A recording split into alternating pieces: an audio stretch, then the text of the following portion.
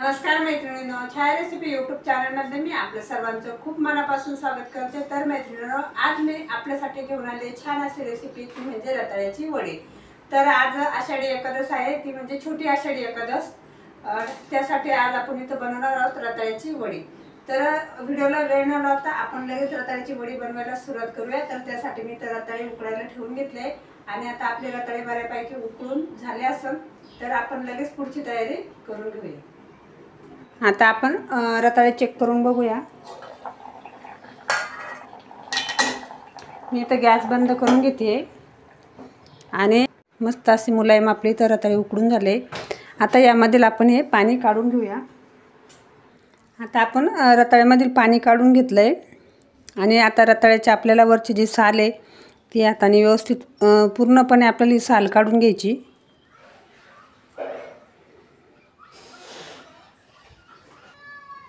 मी तर सर्व रताळ्यांचे साल काढून घेतले।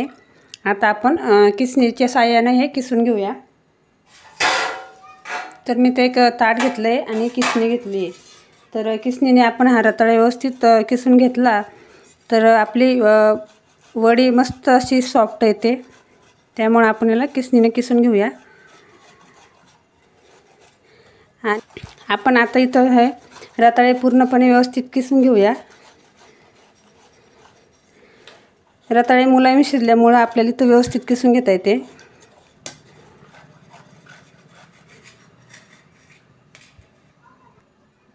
तर आता इथं आपले सर्व रताळे इथं किसून झाले।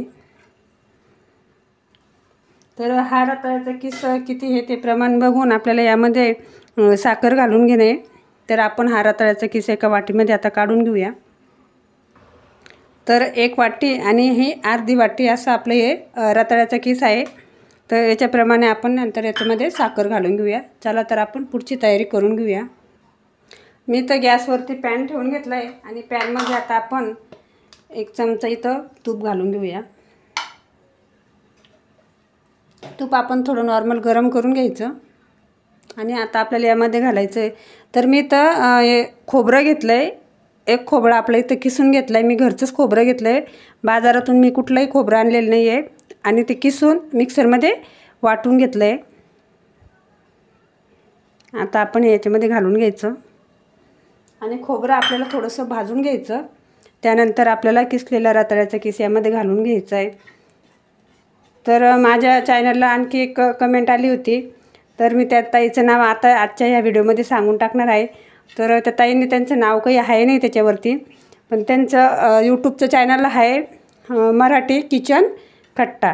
तर खूप खूप धन्यवाद ताई तुमचं, तुम्ही माझ्या चॅनलला कमेंट केलं आणि चॅनलला सबस्क्राईब पण केलं आहे। तर असंच कोणीही माझ्या चॅनलला ज्यांनी सबस्क्राईब केलं किंवा व्हिडिओला कमेंट केले तर मी त्यांचं नाव प्रत्येक व्हिडिओमध्ये इथं सांगून टाकणार आहे। खोबऱ्याचा किस व्यवस्थित इथं थोडासा भाजून घ्यायचा आणि त्यानंतरच आपल्याला रताळ्याचा किस यामध्ये घालून घ्यायचा आहे। तर खूप छान असे आता आपली ही तर वडी तयार होते आणि कुठल्याही बाहेरून आपल्याला मार्केटमध्ये जाण्याची गरज नाही किंवा बाजारात सामान आणण्याची गरज नाही। घरच्या साहित्यामध्येच आपण ही वडी इथं तयार करून घेणार आहोत। फ्लेमवरती मी इथं खोबरं असं हलकंसं भाजून घेतलं आहे। आता आपण यामध्ये किसलेलं आपलं रताळ्याचं घालून घेऊया आणि दोन्ही व्यवस्थित मिक्स करून आणखी 1 ते 2 मिनिटं व्यवस्थित भाजून घ्यायचं। खोबरं किसलेलं असल्यामुळे पटकन भाजून जातं, जास्त लाल असं आपल्याला इथं खोबरं भाजून नाही घ्यायचं आहे। इथं मी रताळ्याचा किस आणि खोबरं व्यवस्थित मिक्स करून घेतलं आहे। आता आणखी आपण यामध्ये थोडंसं तूप घालून घेऊया। तूप घातल्याने ते व्यवस्थित भाजून जाईल आणि वडी खायला आपल्याला खूप छान लागेल। थोडंसं तुपात भाजून घेतल्यानंतर आपण यामध्ये साखर घालून घेणार आहोत। तर आपली इथं 1.5 वाटी रताळ्याचं किस असल्यामुळं मी इथं त्यासोबत 1 वाटी साखर घालून घेऊ लागले। आपल्याला साखरेचं प्रमाण थोडं कमीच ठेवायचं आहे, कारण रताळ्यामध्ये खूप गोडवा असतो। त्यामुळे मी साखर 1 वाटी घालून घेतली आहे। आता आपण हे परत व्यवस्थित मिक्स करून घ्यायचं आता मी तर सर्व मिश्रण व्यवस्थित मिक्स करून घेतलं आणि आता आपल्याला साखरेला थोडंसं पाणी सुटायला लागलं आहे. गॅस मी तर मिडियम फ्लेमवरतीच ठेवून घेतला आहे. जास्त हाय फ्लेमवरती आपल्याला इथं गॅस करून नाही घ्यायचं आहे, जेणेकरून आपली वडी इथं व्यवस्थित होणार. तसं घट्ट व्हायला लागलं आहे. यामध्ये आता आपण विलायची पावडर घालून घेऊया. तर मी इथं 1 चमचा विलायची पावडर घालून घेतलं आहे. फ्लेवरसाठी खूप छान असतं, त्यामुळे इथं 1 चमचा विलायची पावडर आपण इथं घालून घेतलं आहे. आणि आता हे व्यवस्थित मस्त असं वास यायला लागलं आहे वेलची पूड घातल्याने. आता मिश्रण आपण पूर्ण व्यवस्थित मिक्स करून घ्यायचं.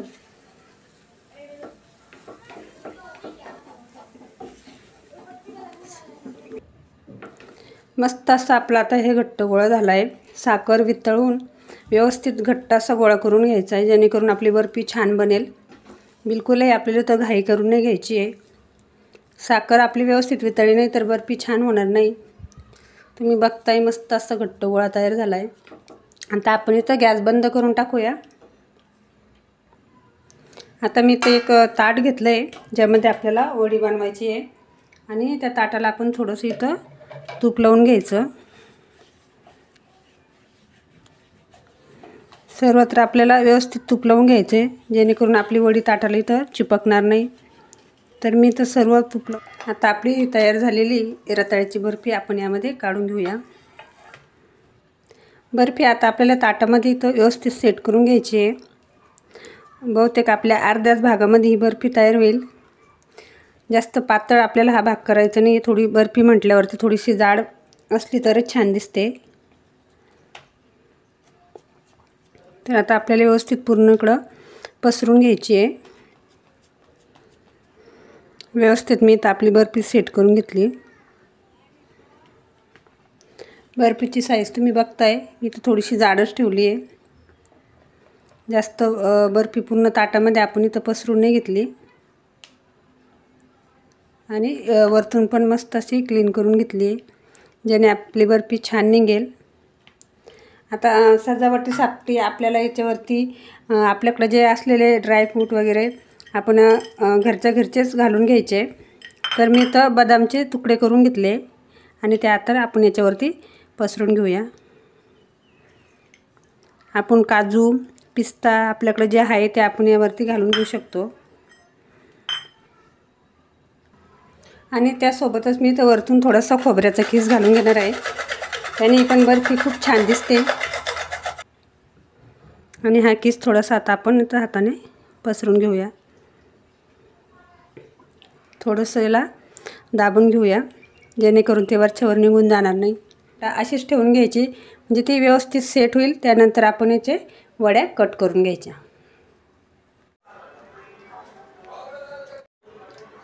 तर बघा आता हे आपल्या बर्फी बनवून ठेवायला आपल्याला 2 तास झाले. बर्फी आता आपली इथं व्यवस्थित सेट झाली असेल. आता आपण ही कट करून घेऊया. तर आपल्याला हव्या त्या आकाराची आपण इथं बर्फी कट करून घेऊ शकतो. तर मी चौकोनी आकारामध्येच इथं बर्फी आपली इथं कट करून घेणार आहे. तर चाकूच्या साहाय्याने आपल्याला ही बर्फी इथं कट करून घ्यायची.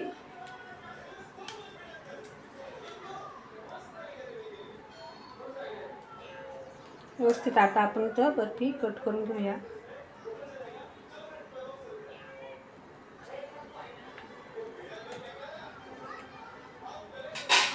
इथं बर्फी इथं व्यवस्थित कट करून घेतली आहे.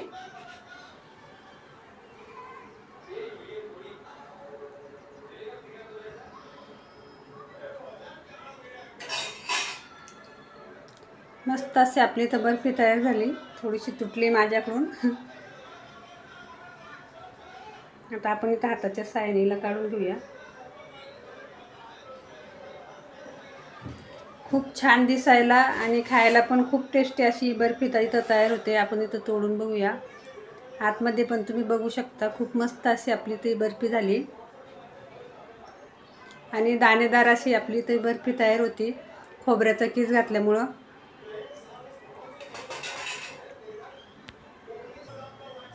आपण तर सर्व बर्फी साईडला काढून घेऊया.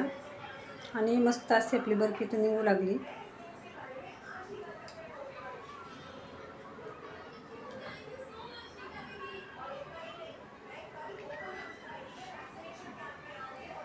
साईज पण मी तर बर्फीची जाडच ठेवली होती, त्यामुळे बर्फी खूप छान बनते